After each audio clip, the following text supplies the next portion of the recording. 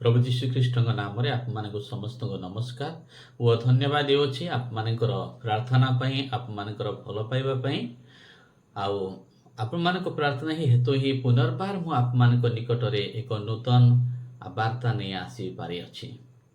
धन्यवाद आप मानक प्रार्थना पई। तो आज एक मेसेज एक स्वामी और स्त्री ऊपर आधारित मेसेज एक प्रेम रो मेसेज जहाँकि सामसन ओ दलीला उपरे आधारित। प्रिय प्रभु संतान माने विचार करता तार 16 पर्वर आउ आमाने 4 पदर किछि अंश पढ़िबा आउ देखिबा सामसन दलीला को प्रेम करुथिला। कोन दलीला सामसन को प्रेम करुथिला कि? तो मु 4 पदटी पढुछि। ए उतारे से सरेक उपत्यका रे एक स्त्री की प्रेम कला, ताहार नाम दलीला। सामसन कौन कले ना सरेक उपत्यका एक स्त्री की प्रेम कले आउ से प्रेम करुथिबा स्त्री रो नाम होची दलीला।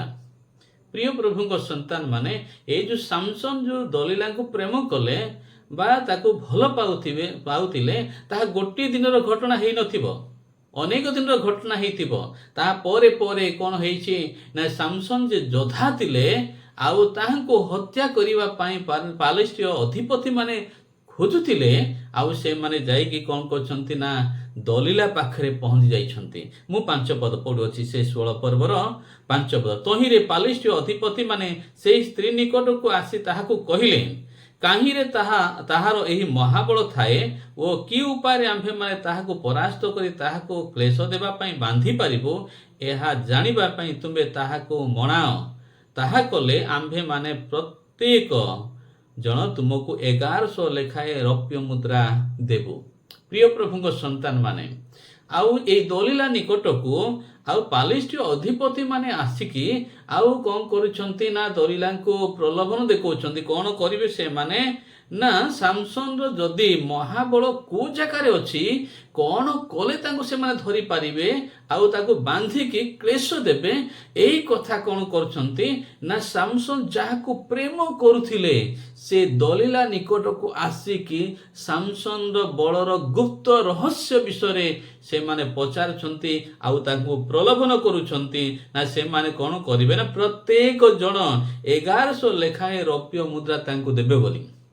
तापरे 6 पदर कौन हेछि, तहु दलीला सामसन को कहिला, विनय करुअछि काहीरे तुम्भर महाबल थाए ओ तुम्भर क्लेशार्थे तुम्बे काहीरे बंधा जाई पारो, एहा मते कुह।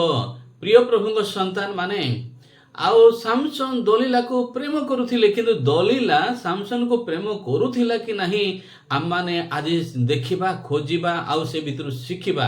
अनेक जन मध्य आज अनेक वो स्त्री स्वामी को प्रेम करुछि, अनेक परिवार स्वामी वो स्त्री को प्रेम करुछंती, किंतु से माने उभय को प्रेम करुछंती कि नहीं।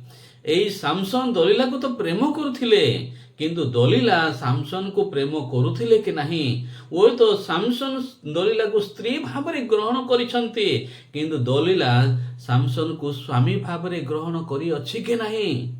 आज आम शिखा आम देखा आम जाना आउ ता मध्यरु आम अनेक विषय आम जीवन पाई आम शिखा। तो प्रिय प्रभु संतान माने आउ से अधिपति मानकर कथा सुनी कौन कर ना दलीला सामसन को पचारुछंती। कौन बोली पचारुछंती, तहु दलीला सामसन को कहिला, विनय करुअछि अनुरोध करुअछि रिक्वेस्ट करुअछि काहीरे तुमर महाबल थाए वो तुम्बर क्लेशार्थे तुम्बे काहीरे बंधा जाई पारो, एहा मते कुह। से निज स्वामी को बा सामसन को पचारुछंती, काहीरे तुमर महाबल थाए, मु विनय करुअछि मु अनुरोध करुअछि मते तुमे कुह, तुमे काहीरे तुमे बंधा जाई पारो, कौन कले तुमको क्लेश देई हेबो पचारुछंती कुह बोली कहउछंती। तहिरे सामसन ताहाको कहिला, जहा केबे शुष्क होई नाही एपरि 7टा कंचा तंतरे जेबे से माने मते बांधिबे तेबे मु दुर्बल होई अन्य लोक परि हेबी। एडी सामसन कहउछंती आ गोटे कथा जे कौन करछंती, एपरि 7टा कंचा तंतरे जेबे से माने मते बांधिबे तेबे मु दुर्बल होई अन्य लोक परि हेबी। ଏପରି ଅନେକ ଅନେକ ଥର ସାମସନ କହିଛନ୍ତି, ଆଉ ସେ ସବୁ ସାମସନ ଆଉ ମିଛ କହିଥିଲେ। ଆଉ ପୁନର୍ବାର ଆଉ ଇଏ କ'ଣ କରୁଛନ୍ତି ନା ଦଲିଲା ସେ ରହସ୍ୟକୁ ଖୋଜୁଛନ୍ତି। କ'ଣ କଲେ ସାମସନକୁ ବନ୍ଧା ଯାଇପାରିବ, ତାଙ୍କୁ କ୍ଲେଶ ଦିଆଯାଇପାରିବ, ତାହା ସେ ବାରମ୍ବାର ଖୋଜୁଛନ୍ତି। କାହିଁକି ନା ଏଥର ଯେ ସେ 7ଟା କଞ୍ଚା ତନ୍ତରେ ଯେବେ ସେମାନେ ତାଙ୍କୁ ବାନ୍ଧିବେ ଓ ବାନ୍ଧିଲେ ତାଙ୍କୁ, ତହିଁରେ କ'ଣ ହେଲା ନା ଦେଖନ୍ତୁ 8 ପଦ ଲେଖା ହେଇଛି, ତହୁଁ ପାଲିଷ୍ଟ୍ୟ ଅଧିପତି ମାନେ ଶୁଷ୍କ 7ଟା କଞ୍ଚା ତନ୍ତ ଆଣି ସେହି ସ୍ତ୍ରୀକି ଦେଲେ, ତହୁଁ ସେ ତାହାକୁ ତହିଁରେ ବାନ୍ଧିଲା। ସେ ସମୟରେ ତାହାର ଅନ୍ତଃପୁରରେ ଲୋକମାନେ ଛକି ବସିଥିଲେ। ସେଥିରେ ସେ ତାହାକୁ କହିଲା, ସାମସନ, ପାଲିଷ୍ଟ୍ୟମାନେ ତୁମକୁ ଧରିଲେ। ତହିଁରେ ଅଗ୍ନି ବାସନା ବାଜିଲେ ଯେପରି ଛଣପଟ ସୁତୁଳି ଛିଣ୍ଡିଯାଏ, ସେପରି ସେ ସବୁ ତନ୍ତ ଛିଣ୍ଡାଇ ପକାଇଲା। ଏ ରୂପେ ତାହାର ବଳର ତତ୍ତ୍ୱ ଜଣାଗଲା ନାହିଁ। ଏପରି ବାରମ୍ବାର ସେ ପ୍ରୟାସ କରୁଛନ୍ତି ସାମସନ ଠାରୁ ତାର ଗୁପ୍ତ ବଳ କୋଉଠି ଅଛି, ମହାବଳ କୋଉଠି ଅଛି, ସେ ବିଷୟ ଜାଣିବା ପାଇଁ। କିନ୍ତୁ ଆଉ ସାମସନ ତାହା ପ୍ରକାଶ କରିନାହାନ୍ତି। କିନ୍ତୁ ଦୁଃଖର କଥା, ଆଉ ପୁନର୍ବାର ସେ ସ୍ତ୍ରୀ ପ୍ରୟାସ କରୁଅଛି ଯେ ସାମସନର କେଉଁ ଜାଗାରେ ତାହାର ମହାବଳ ଅଛି। ପ୍ରିୟ ପ୍ରଭୁଙ୍କ ସନ୍ତାନ ମାନେ, ଯଦି ପ୍ରକୃତ ଗୋଟେ ସ୍ତ୍ରୀ ଯଦି ନିଜ ସ୍ୱାମୀକୁ ପ୍ରେମ କରୁନଥାଏ, ସେ ସବୁବେଳେ ତା ସ୍ୱାମୀର ଦୁର୍ବଳତାକୁ ଖୋଜୁଥାଏ। ତା ଦୁର୍ବଳତା ଖୋଜିବା ନିମନ୍ତେ ଶୈତାନ ତାକୁ ବ୍ୟବହାର କରୁଥାଏ। ଆଉ ସେ ଦୁର୍ବଳତା ସବୁବେଳେ ଖୋଜି ସେ କ'ଣ କରୁଥାଏ, ପ୍ରେମର ଭାବନା ଦେଖାଯାଉଥାଏ, ପ୍ରେମର ବାସନା ଦେଉଥାଏ, ପ୍ରେମର ପ୍ରତାରଣା କରୁଥାଏ, ଅଭିନୟ କରୁଥାଏ। କିନ୍ତୁ ଯଦି ବାସ୍ତବ ସେ ସ୍ତ୍ରୀ ହେଇନଥିବ, ତାହେଲେ କ'ଣ କରୁଥିବ ନା ନିଜର ସ୍ୱାମୀର ଦୁର୍ବଳତାକୁ, ସ୍ୱାମୀକୁ ପତନ କରିବା ପାଇଁ ସବୁବେଳେ ଖୋଜୁଥିବ, ବାରମ୍ବାର ଖୋଜୁଥିବ, ଅଭିନୟ କରୁଥିବ, ଅନୁରୋଧ କରୁଥିବ, ପ୍ରେମ ଦେଖେଇ ହେଉଥିବ। ଅନେକ ସ୍ୱାମୀମାନେ ଯଦି ମଧ୍ୟ ଏପରି ସ୍ତ୍ରୀକୁ ଯଦି ବାସ୍ତବ ପ୍ରେମ କରୁନଥିବେ, ସେମାନେ ମଧ୍ୟ ଅଭିନୟ କରୁଥିବେ, ସେମାନେ ମଧ୍ୟ ଅନୁରୋଧ କରୁଥିବେ, ପ୍ରେମ ଦେଖେଇ ହେଉଥିବେ ନିଜ ସ୍ତ୍ରୀର ଦୁର୍ବଳତା ଜାଣିକି ତାକୁ ନଷ୍ଟ କରିବା ପାଇଁ। ଆଜି ଅନେକ ସମାଜରେ ଆମେ ଦେଖିବାକୁ ପାଉଛୁ, ଏପରି ଅନେକ ପରିବାର ଗୁଡ଼ିକରେ ଘଟୁଛି। ସମାଜର ଚତୁଃପାର୍ଶ୍ୱରେ ଦେଖୁଅଛୁ ଆମେ ଏକ ଟଙ୍କାର ଲୋଭରେ, ଜଗତ ଟଙ୍କାର ପ୍ରଲୋଭନରେ ପଡ଼ି ଅନେକ ସ୍ତ୍ରୀ ମାନେ କ'ଣ କରୁଛନ୍ତି, ନିଜ ସ୍ୱାମୀମାନଙ୍କୁ ହତ୍ୟା କରୁଛନ୍ତି। ଅନ୍ୟମାନଙ୍କ ସହିତ ଶାରୀରିକ ସମ୍ପର୍କ ରଖି ନିଜ ସ୍ୱାମୀମାନଙ୍କୁ ହତ୍ୟା କରୁଛନ୍ତି। ଅନ୍ୟମାନଙ୍କ ପ୍ରଲୋଭନରେ ପ୍ରଲୋଭିତ ହୋଇ ଅନେକ ସ୍ୱାମୀମାନେ ମଧ୍ୟ, ଅନେକ ସ୍ତ୍ରୀମାନେ ମଧ୍ୟ କ'ଣ କରୁଛନ୍ତି, ଆଉ ପରସ୍ପର ମଧ୍ୟରେ ଆଉ ସେମାନେ କ'ଣ ଯୋଜନା କରୁଛନ୍ତି, କୂଟନୀତି ବାଞ୍ଚୁଛନ୍ତି ଆଉ ଅନ୍ୟମାନଙ୍କୁ ହତ୍ୟା କରିବା ପାଇଁ। ପ୍ରିୟ ପ୍ରଭୁଙ୍କ ସନ୍ତାନ ମାନେ, ହେଇପାରେ ଜଣେ ଯଦି ଏପରି କାର୍ଯ୍ୟ କରୁଛି, ସ୍ୱାମୀ ଯଦି ଚାହୁଁଛି ସ୍ତ୍ରୀକୁ ସେ ପ୍ରକାର ନଷ୍ଟ କରିବା ପାଇଁ, ସ୍ତ୍ରୀ ଯଦି ଚାହୁଁଛି ନିଜ ସ୍ୱାମୀକୁ ହତ୍ୟା କରିବା ପାଇଁ, ଓ ନା କାହା ଦେଇ ଯଦି ତାକୁ ମାରିବାକୁ ଚେଷ୍ଟା କରୁଛି, ତାକୁ ମାରିବା ପାଇଁ ପ୍ଲାନ୍ କରୁଛି, ପ୍ରିୟ ପ୍ରଭୁଙ୍କ ସନ୍ତାନ ମାନେ 10 ଆଜ୍ଞାର ଗୋଟିଏ ଆଜ୍ଞା ମଧ୍ୟରୁ ଗୋଟିଏ ହିଁ ହେଇଯିବ। ତାହା ପ୍ରଭୁଙ୍କ ବାକ୍ୟରେ କୁହେ, ନର ହତ୍ୟା କର ନାହିଁ। ନର ହତ୍ୟା କଲେ କ'ଣ ଜଣେ ହେବ ନା ସେ ନରକକୁ ଯିବ, ସେ ନିଶ୍ଚୟ ନରକକୁ ଯିବ। ଆଉ ସେ ଦପା ଯେତେବେଳେ ତା ପାଇଁ ବାଜିବ, ତା ପାଇଁ ହେବ, ତାହେଲେ ନିଶ୍ଚୟ ସେ ନରକକୁ ଯିବ। ଅନେକ ପରିବାର ଗୁଡ଼ିକରେ ବିଶୃଙ୍ଖଳିତ ହୋଇ ସେମାନେ କେବଳ ପ୍ରତାରଣା ଦେଇ, ଅଭିନୟ କରି, ପ୍ରକୃତ ସ୍ତ୍ରୀ ନ ହୋଇ, ପ୍ରକୃତ ସ୍ୱାମୀ ନ ହୋଇ କେବଳ ପରସ୍ପରକୁ ନଷ୍ଟ କରିବା ପଛରେ ଯାଉଛନ୍ତି। ଆଉ ଶୈତାନ ସେମାନଙ୍କୁ ବିଭିନ୍ନ ପ୍ରକାର ପ୍ରଲୋଭନ ଦେଖେଇକି ସେମାନଙ୍କୁ ନଷ୍ଟ କରୁଅଛି। ଏକ୍ଜାକ୍ଟ ଏଇ ଦଲିଲା ସାମସନକୁ ପ୍ରେମ କରୁଥିଲା ନୁହେଁ, କିନ୍ତୁ ସାମସନର ଦୁର୍ବଳତା ଖୋଜିକି ତାକୁ ମାରିବା ପାଇଁ ସେ ବାରମ୍ବାର ଆଉ ସେ ପଚାରୁଛି ଯେ ତାର ମହାବଳ କେଉଁ ଜାଗାରେ ଅଛି। ତ ପ୍ରିୟ ପ୍ରଭୁଙ୍କ ସନ୍ତାନ ମାନେ, ଆସନ୍ତୁ ପୁଣି ଆଉ ଥରେ ପଢ଼ିବା। ଆଉ ତାହା ହେଉଛି 16 ପର୍ବର 15 ପଦର ମୁଁ କିଛି ଅଂଶ ପଢ଼ୁଅଛି। ଏଣୁ ସେ ତାହାକୁ କହିଲା, ମୋହର ପ୍ରତି ତ ତୁମ୍ଭର ମନ ନାହିଁ, ତୁମେ ମୋତେ ପ୍ରେମ କରୁଅଛ ବୋଲି କିପରି କହୁଅଛ? ଏଠି ଦେଖୁଅଛୁ ଦଲିଲା ପୁଣି ତାଙ୍କୁ ସାମସନକୁ କହୁଛି। ଏଣୁ ସେ ତାହାକୁ କହିଲା, ମୋହର ପ୍ରତି ତ ତୁମର ମନ ନାହିଁ। ସେ କହୁଛି, ମୋ ପ୍ରତି ତୁମର ମନ ନାହିଁ।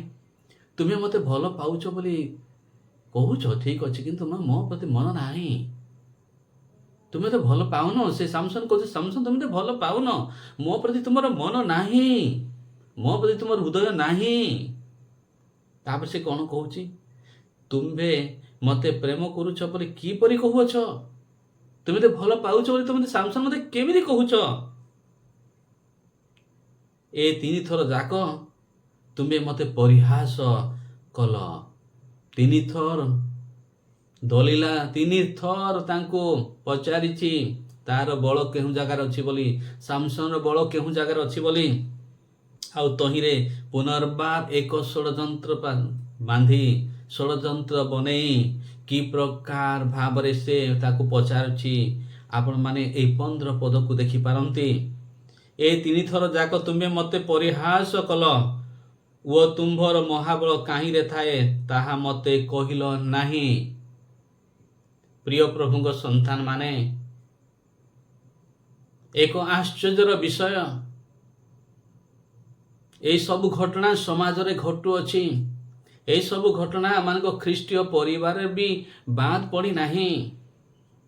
ଏକ ପ୍ରେମ ଦେଖେଇ ଅନେକ ପରିବାରରେ ସ୍ତ୍ରୀ ସ୍ୱାମୀକୁ, ଅନେକ ପରିବାରରେ ସ୍ୱାମୀ ସ୍ତ୍ରୀକୁ ନଷ୍ଟ କରିବା ପାଇଁ, ସେମାନଙ୍କ ଦୁର୍ବଳତା ଖୋଜି ସେମାନଙ୍କୁ ବିନଷ୍ଟ କରିବା ପାଇଁ, ସେମାନଙ୍କୁ କ୍ଲେଶ ଦେବା ପାଇଁ ଖୋଜୁଅଛନ୍ତି।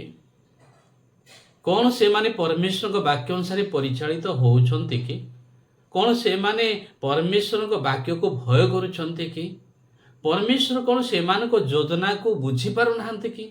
ପରମେଶ୍ୱର କ'ଣ ସେମାନଙ୍କ ଅନ୍ତରକୁ ଦେଖିପାରୁନାହାନ୍ତି କି? ଆଜି ଅନେକ ପ୍ରଲୋଭନରେ ପ୍ରଲୋଭିତ ହୋଇ ଅନ୍ଧ ହୋଇଯାଇଛନ୍ତି।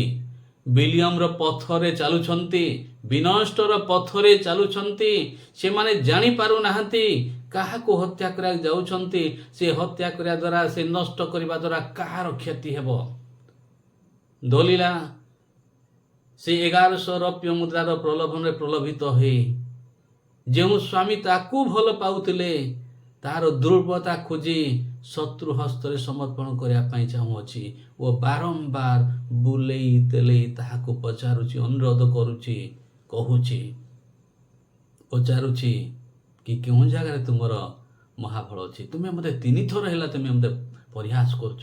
କ'ଣ ତୁମେ କ'ଣ ଭଲ ପାଉଛ? ମୋତେ ଭଲ ପାଉଛ ନା କହୁନ କାହିଁକି? ଭଲ ପାଉଛ ନା କାହିଁକି ଏମିତି କହୁଛ? ଖାଲି ମୋତେ ପ୍ରତାରଣା କାହିଁ ଦେଉଛ ଭଲ ପାଉଛ ବୋଲି ସେ କହୁଛି। ପ୍ରିୟ ପ୍ରଭୁଙ୍କ ସନ୍ତାନମାନେ, ଆସନ୍ତୁ ଆମମାନେ 16 ପଦ ପଢ଼ିବା। ଏହି ରୂପେ ସେ ଏହି ରୂପେ ସେ ନୀତି କଥାରେ ତାହାକୁ ଅନୁରୋଧ କରି ଏପରି ବ୍ୟସ୍ତ କଲା। ମାନେ ନୀତି ପ୍ରତ୍ୟେକ ଦିନ, ସାମସନ୍ ତୁମେ ମୋତେ ଭଲ ପାଉନ, ବେକାର ମୋତେ ପ୍ରତାରଣା କରୁଛ, ମୋତେ ଦେଖେଇ ହେଉଛ। ଦିନକୁ ଦିନ ନିତିଦିନ ତାହାକୁ କ'ଣ କଲା ନା କଥାରେ ଅନୁରୋଧ କରି ବ୍ୟସ୍ତ କଲା। କିଏ? ଦଲିଲା ବ୍ୟସ୍ତ କଲା।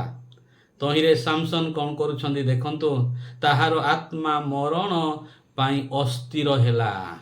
କାହାର ଆତ୍ମା? ସାମସନ୍ଙ୍କ ଆତ୍ମା ମରଣ ପାଇଁ ଅସ୍ଥିର ହେଲା। ପ୍ରିୟ ପ୍ରଭୁଙ୍କ ସନ୍ତାନମାନେ, ଆଜି ପରିବାର ଗୁଡ଼ିକରେ ଏହିସବୁ ବିଷୟ ଚାଲୁଅଛି। ପୁରୁଷ ସ୍ତ୍ରୀର ଷଡ଼ଯନ୍ତ୍ରକୁ ଜାଣୁଅଛି, ସ୍ତ୍ରୀ ପୁରୁଷର ଷଡ଼ଯନ୍ତ୍ରକୁ ଜାଣୁଛି। ଅନେକ ପରିବାର ଗୁଡ଼ିକରେ ମାନସିକ ଯନ୍ତ୍ରଣାରେ କଷ୍ଟ ପାଉଛନ୍ତି। ଶାରୀରିକ ଯନ୍ତ୍ରଣା ଠାରୁ ମାନସିକ ଯନ୍ତ୍ରଣା କଷ୍ଟଦାୟକ ଅଟେ। ଏ ଜାଗାରେ ସାମସନର ଆତ୍ମା ମରଣ ପାଇଁ ଅସ୍ଥିର ହେଲା। ସାମସନ୍ ଜାଣିପାରିଲେ, ବୁଝିପାରିଲେ, ଯାହାକୁ ସେ ପ୍ରେମ କରୁଛନ୍ତି, ଯେଉଁ ଦଲିଲାକୁ ସେ ପ୍ରେମ କରୁଛନ୍ତି, ଆଉ ସେ ଷଡ଼ଯନ୍ତ୍ର କରି ସାରିଲାଣି ବୋଲି ସାମସନ୍ ଜାଣୁଛନ୍ତି, ଆଉ ସେ ତାଙ୍କୁ ମାରିବା ପାଇଁ ଚାହୁଁଅଛି ତାହା ବି ସେ ଜାଣି ସାରିଲେଣି। କିନ୍ତୁ ସାମସନ୍ ଦଲିଲାକୁ ପ୍ରେମ କରୁଥିବା ହେତୁ ସାମସନ୍ ଦଲିଲାକୁ ସମସ୍ତ କଥା କହିଦେଉଛନ୍ତି। ଆସନ୍ତୁ ତାହା 17 ପଦରେ ପଢ଼ିବା। ତହିଁରେ ସେ ତାହାକୁ ଆପଣା ମନର ସମସ୍ତ କଥା ଜଣାଇ କହିଲା, ମୋହର ମସ୍ତକରେ କେବେ କ୍ଷୁର ଲାଗେ ନାହିଁ, କାରଣ ମୁଁ ଆପଣା ମାତାର ଗର୍ଭରୁ ପରମେଶ୍ୱରଙ୍କ ଉଦ୍ଦେଶ୍ୟରେ ନାସିର ଲୋକ ହୋଇଅଛି। ଯେବେ ମୁଁ କ୍ଷର ହେବି ତେବେ ମୋର ବଳ ମୋଠୁ ଚାଲିଯିବ ଓ ମୁଁ ଦୁର୍ବଳ ହୋଇ ଅନ୍ୟ ସକଳ ଲୋକର ସମାନ ହୋଇଯିବି। ପ୍ରିୟ ପ୍ରଭୁଙ୍କ ସନ୍ତାନ ମାନେ, ସାମସନ୍ ଆଉ ସେ ମହାବଳ ରହସ୍ୟକୁ କହିଦେଲେ।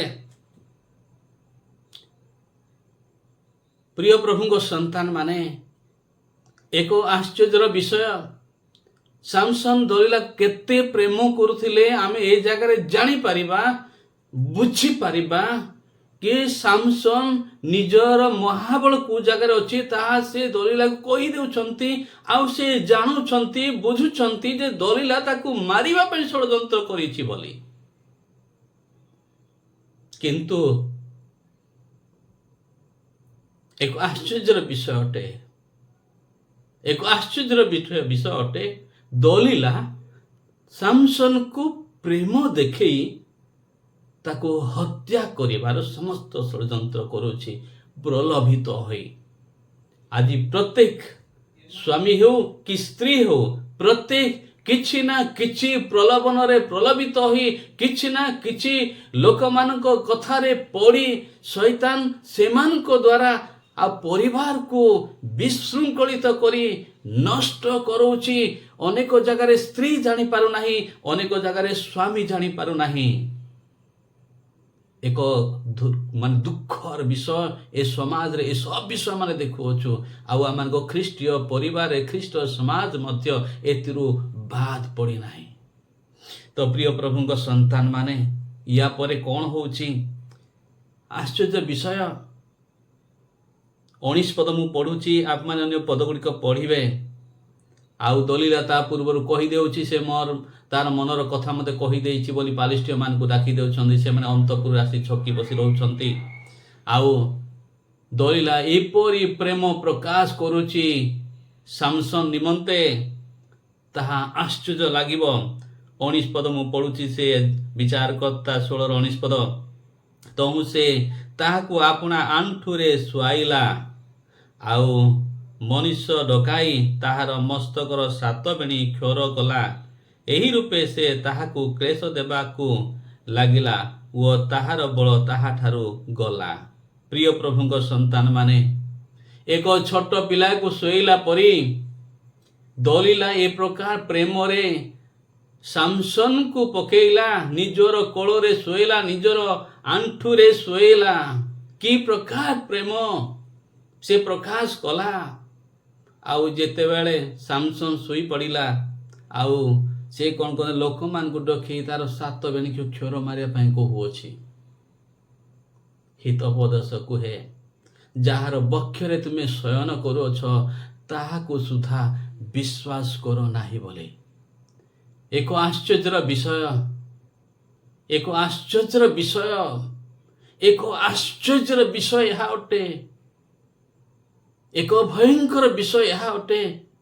ଯଦି ଆପଣଙ୍କୁ ଯଦି ପ୍ରେମ ପ୍ରତାରଣା କିଏ କରିବ, ଆପଣ କେମିତି ବା ବୁଝିବେ, କେମିତି ବା ଜାଣିବେ, କେମିତି ବା କ'ଣ କରିବେ? ଯଦି ଆପଣ ଜଣଙ୍କୁ ପ୍ରେମ କରୁଛନ୍ତି, ଆଜି ଆମେ ଦେଖୁଅଛୁ ସାମସନ୍ ନିଜର ଜୀବନକୁ ଦଲିଲା ହସ୍ତରେ ସମର୍ପଣ କଲେ। ଆଉ ଦଲିଲା ଶେଷ ପର୍ଯ୍ୟନ୍ତ କି ପ୍ରକାର ଅଭିନୟ କଲେ, ତାଙ୍କୁ ଆଣ୍ଠୁରେ କ'ଣ କରୁଛନ୍ତି ନା ଶୋଇ ଦେଉଛନ୍ତି।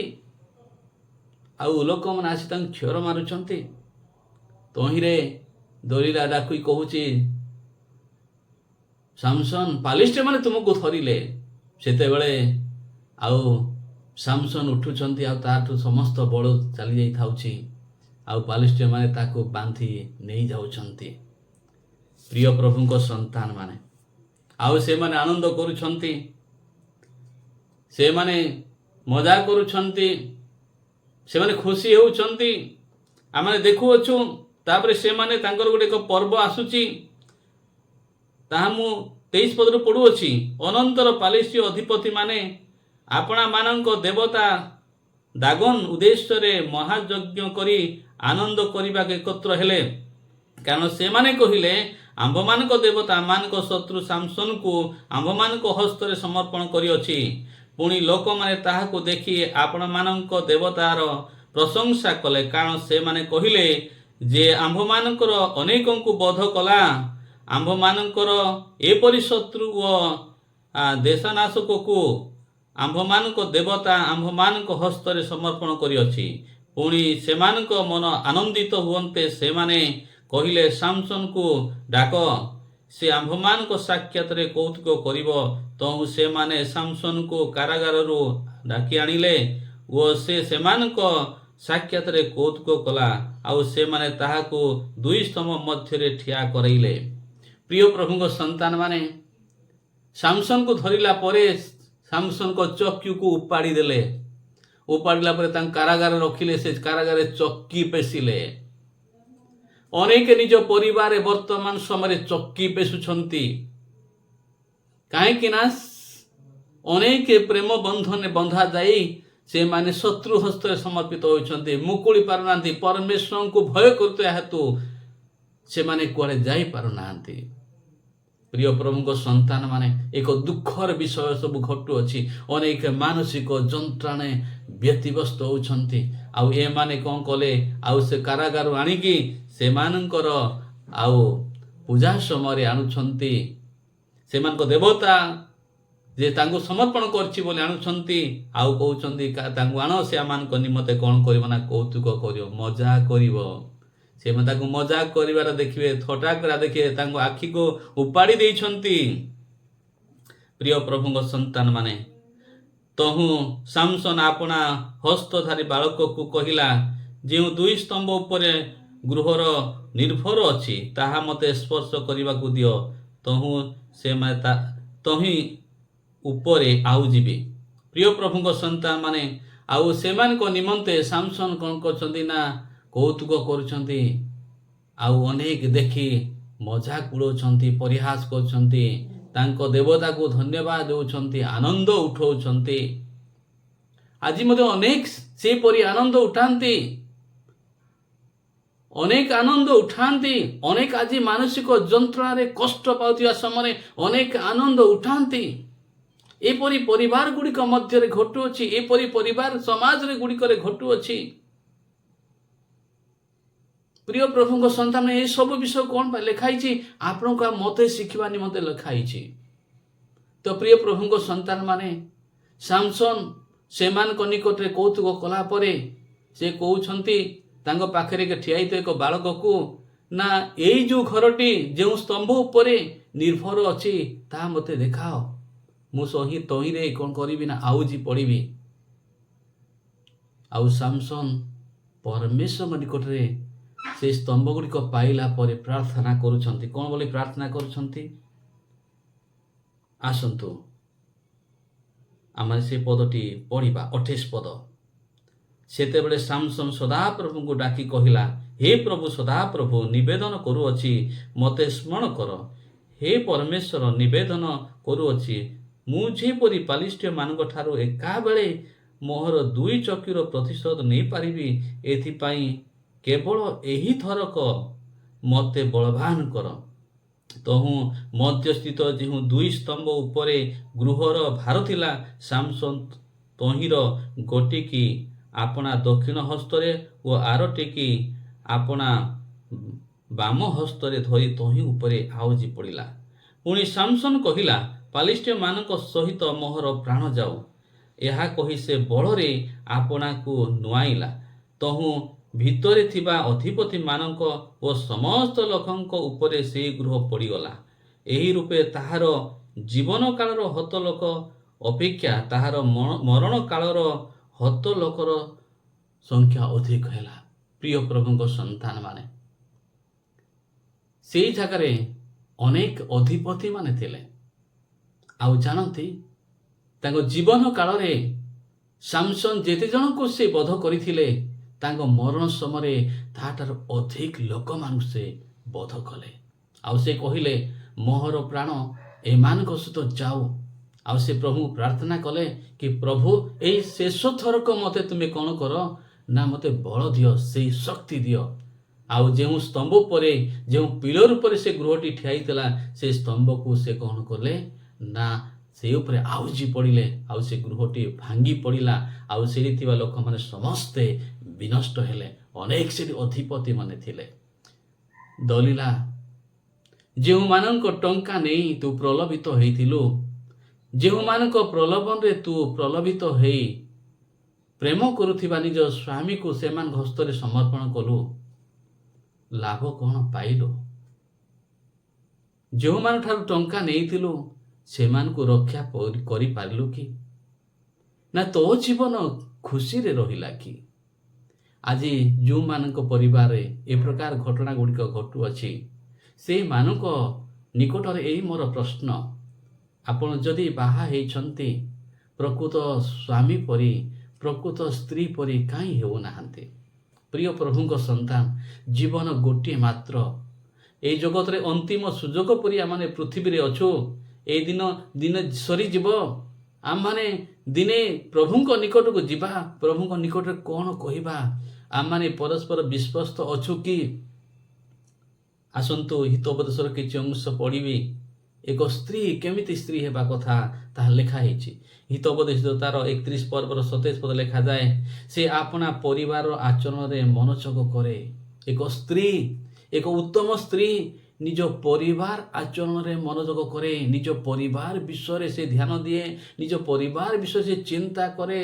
ସେ ପରିବାର ବିଷୟରେ ମନୋଯୋଗୀ ହେଇ ତାର ପରିବାର କେମିତି ସୁରକ୍ଷିତ ହେବ, ମନୋଯୋଗ ହେବା ମାନେ ପରିବାର କେମିତି ସୁରକ୍ଷିତ ହେବ, ପରିବାର କେମିତି ଉନ୍ନତ ହେବ, ଆଗକୁ ବଢ଼ିବ, ପରିବାର ଯେମିତି ମର୍ଯ୍ୟାଦାରେ ରହିବ, ତାହା ସେ ଚିନ୍ତା କରେ। ହିତୋପଦେଶ ତାର 31:26 ପଦ, ସେ ଜ୍ଞାନରେ ଆପଣା ମୁଖ ପିଟାଏ, ତାହାର ଜିଭାରେ ଦୟାର ବ୍ୟବସ୍ଥା ଥାଏ। ଏକ ପ୍ରଭୁଙ୍କୁ ଭୟ କରୁଥିବା ସ୍ତ୍ରୀ, ସେ ଜ୍ଞାନରେ ନିଜର ମୁଖକୁ ପିଟେଇବ, ଆଉ ତାହାର ଜିଭାରେ ଦୟାର ବ୍ୟବସ୍ଥା ଥାଏ। ଦୟାର ବ୍ୟବସ୍ଥା ଥାଏ। ସେ ଜ୍ଞାନରେ ଆପଣା ମୁଖ ପିଟାଏ। ଆମମାନଙ୍କ ପରିବାର ଗୁଡ଼ିକରେ ଯେତେବେଳେ ସ୍ୱାମୀ ସ୍ତ୍ରୀ ଭାବରେ ଆମେ କଥାବାର୍ତ୍ତା କରୁଛୁ, ଆମମାନଙ୍କ କଥାବାର୍ତ୍ତା କି ପ୍ରକାର? ଏକ ସ୍ତ୍ରୀର କଥାବାର୍ତ୍ତା କେମିତି ହେବା କଥା ଆମେ ଏ ଜାଗାରେ ଶିଖୁଅଛୁ। ସେ କ'ଣ କହିବା କଥା, କ'ଣ ନ କହିବା କଥା ଏ ଜାଗାରେ ଶିଖୁଅଛୁ। ତା ହୃଦୟରେ, ତାର ଜିଭାରେ ଦୟାର ବ୍ୟବସ୍ଥା ଥାଏ।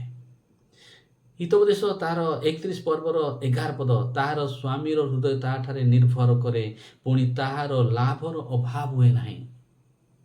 ଆପଣମାନେ ଯଦି ଏକ ଉନ୍ନତ ଜୀବନ ଚାହୁଁଛନ୍ତି, ସ୍ତ୍ରୀ ଯଦି ଏକ ଉନ୍ନତ ଜୀବନ ଚାହୁଁଛି, ତା ପରିବାର ଉନ୍ନତ ହେଉ, ତା ପରିବାର ଶୃଙ୍ଖଳିତ ହେଉ, ତା ପରିବାର ଆଶୀର୍ବାଦ ପ୍ରାପ୍ତ ହେଉ, ତାହେଲେ କ'ଣ କରିବା ହେବ? ନା ତାର ସ୍ୱାମୀର ହୃଦୟ ତା ଉପରେ ନିର୍ଭର କଲା ପରି ଜୀବନ କାଟିବାର ଅଛି। ତାହେଲେ ତା ସ୍ୱାମୀର ଲାଭର ଅଭାବ ହେବ ନାହିଁ। ତାର ବିପରୀତ ବିଷୟ ହେଉଛି, ଯଦି ସେ ସ୍ୱାମୀର କ୍ଷତି କରିବ, ସ୍ୱାମୀ ଦିନେ ସେ ଗରିବ ହେବ, ହୀନସ୍ଥାରେ ଜୀବନଯାପନ କରିବେ, ଅସମ୍ମାନର ଜୀବନଯାପନ କରିବେ। ପ୍ରିୟ ପ୍ରଭୁଙ୍କ ସନ୍ତାନମାନେ, ଆମେ ଉନ୍ନତ ବିଷୟ ଚିନ୍ତା ନ କରି ଅନେକ ସମୟରେ ଆମେ ନଷ୍ଟର ବିଷୟ ଚିନ୍ତା କରିଥାଉ। ମଧ୍ୟ ସେ ହିତୋପଦେଶ 31 ପର୍ବର 12 ପଦଟି ପଢ଼ି ମୁଁ ଶେଷ କରୁଅଛି। ସେ ଜୀବନ ଯାଏ ସ୍ୱାମୀର କ୍ଷତି ନ କରି ମଙ୍ଗଳ କରେ। ଏକ ପ୍ରକୃତ ସ୍ତ୍ରୀ ଜୀବନ ଯାଏ ସ୍ୱାମୀର କ୍ଷତି ନ କରି ମଙ୍ଗଳ କରେ। କିନ୍ତୁ ଏ ଜାଗାରେ ଆମେ ଦେଖୁଛୁ ଦଲିଲା କ'ଣ କରୁଛି? ଟଙ୍କାର ପ୍ରଲୋଭନରେ ପ୍ରଲୋଭିତ ହୋଇ ନିଜ ସ୍ୱାମୀର ଦୁର୍ବଳତା ଖୋଜି ତାକୁ ହତ୍ୟା କରିବା ନିମନ୍ତେ ସେ ପଥ ଦେଖାଉଛି। ଆପଣଙ୍କ ପାଖରେ ଏକ ପ୍ରଶ୍ନ, ଆପଣ ଏକ ପ୍ରକୃତ ସ୍ତ୍ରୀ ହେଇଛନ୍ତି କି? ଆପଣ ଏକ ପ୍ରକୃତ ସ୍ୱାମୀ ହେଇଛନ୍ତି କି? ନା ଷଡ଼ଯନ୍ତ୍ରକାରୀ ହେଇ ପରସ୍ପରକୁ ନଷ୍ଟ କରିବା ବ୍ୟକ୍ତି ହେଇଛନ୍ତି? ଦିନେ ପରମେଶ୍ୱର ଆପଣଙ୍କୁ ବିଚାର କରିବେ। ପରମେଶ୍ୱରଙ୍କ ବିଚାରରୁ ଆମେ କେହି ମଧ୍ୟ ପଳାୟନ କରିପାରିବା ନାହିଁ। ଆସୁ, ଏପରି ହୃଦୟ ଯଦି, ଏପରି ଜୀବନ ଯଦି, ଏପରି ଭାବନା ଯଦି ଅଛି, ବଦଳେଇବା। କାହିଁକି ଏ ପୃଥିବୀରେ ଆମେ କିଛି ନେଇ ଯାଇପାରିବା ନାହିଁ। ସେ ପ୍ରଲୋଭିତ ହେଇଥିବା ବିଷୟକୁ ନେଇପାରିବା ନାହିଁ। ତାହା ଆମକୁ ଉଦ୍ଧାର କରିପାରିବ ନାହିଁ।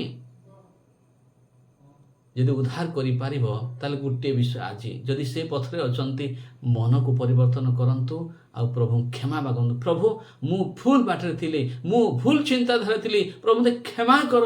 ଆଜିଠାରୁ ମୁଁ ସେ ପ୍ରକାର କାର୍ଯ୍ୟ କରିବି ନାହିଁ। ଏକ ପ୍ରକୃତ ସ୍ତ୍ରୀ ହେବି, ନିଜ ପରିବାର ବିଷୟରେ ମନୋଯୋଗୀ ହେବି। ମୋ ସ୍ୱାମୀର ହୃଦୟ ମୋ ଉପରେ ନିର୍ଭର କରିବା ବ୍ୟକ୍ତି ପରି ହେବି। ଆଉ ମୋ ସ୍ୱାମୀର କେବେ ଲାଭର ଅଭାବ ହେବ ନାହିଁ।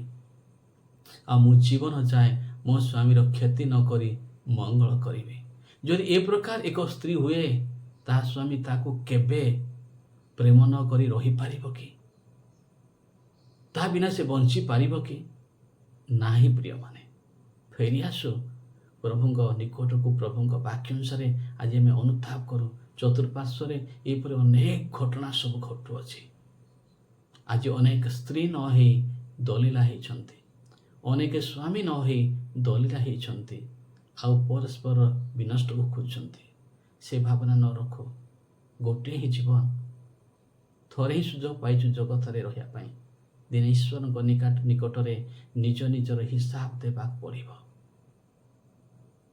ସେହି ସମୟରେ ଯେପରି ଆମେ ନିର୍ଦ୍ଦୋଷ ଦେଖାଯିବା, ପ୍ରଭୁଙ୍କ ସାକ୍ଷାତ ନିର୍ଦ୍ଦୋଷ ଦେଖାଯିବା, ଅନନ୍ତ ନର୍କକୁ ଯିବା ବଦଳରେ ଯେପରି ଅନନ୍ତ ସ୍ୱର୍ଗକୁ ଯିବା। ଜଗତ ସବୁକିଛି ନୁହେଁ, ଜଗତ ସବୁକିଛି ଦେଲା ପରି ଲାଗିପାରେ, ଜଗତ ସବୁକିଛି ନୁହେଁ। ଆପଣଙ୍କ ମୁଖର ବାକ୍ୟ ଅନୁସାରେ, ଆପଣଙ୍କ ଶରୀର ଦ୍ୱାରା କୃତ କାର୍ଯ୍ୟ ଅନୁସାରେ ଦିନେ ଈଶ୍ୱରଙ୍କୁ ହିସାବ ଦେବାକୁ ହେବ। ସେ ସବୁ ଦେଖୁଛନ୍ତି। ଆସୁ ପ୍ରକୃତ ଭାବରେ ହୃଦୟକୁ ବଦଳାଇ ଏକ ପ୍ରକୃତ ସ୍ୱାମୀ ସ୍ତ୍ରୀ ଭାବରେ ଏ ଜଗତରେ ଜୀବନ କାଟିବା।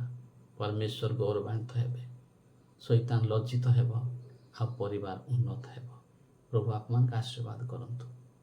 ଆପଣଙ୍କୁ ମୁଁ ପ୍ରାର୍ଥନା କରି ଚାହୁଁଛି, ପ୍ରିୟ ପ୍ରଭୁ, ଏସବୁ ବାକ୍ୟକୁ ଶୁଣିଥିବା ପ୍ରିୟ ଭାଇ ଭଉଣୀ ବାପା ମାଆଙ୍କୁ ତୁମ ହସ୍ତରେ ଦେଉଛି ଏକ ଉତ୍ତମ ନିର୍ଣ୍ଣୟ ନେବା ପାଇଁ, ଏକ ଉତ୍ତମ ଡିସିସନ୍ ନେବା ପାଇଁ, ସିଦ୍ଧାନ୍ତ ନେବା ପାଇଁ ସାହାଯ୍ୟ କର।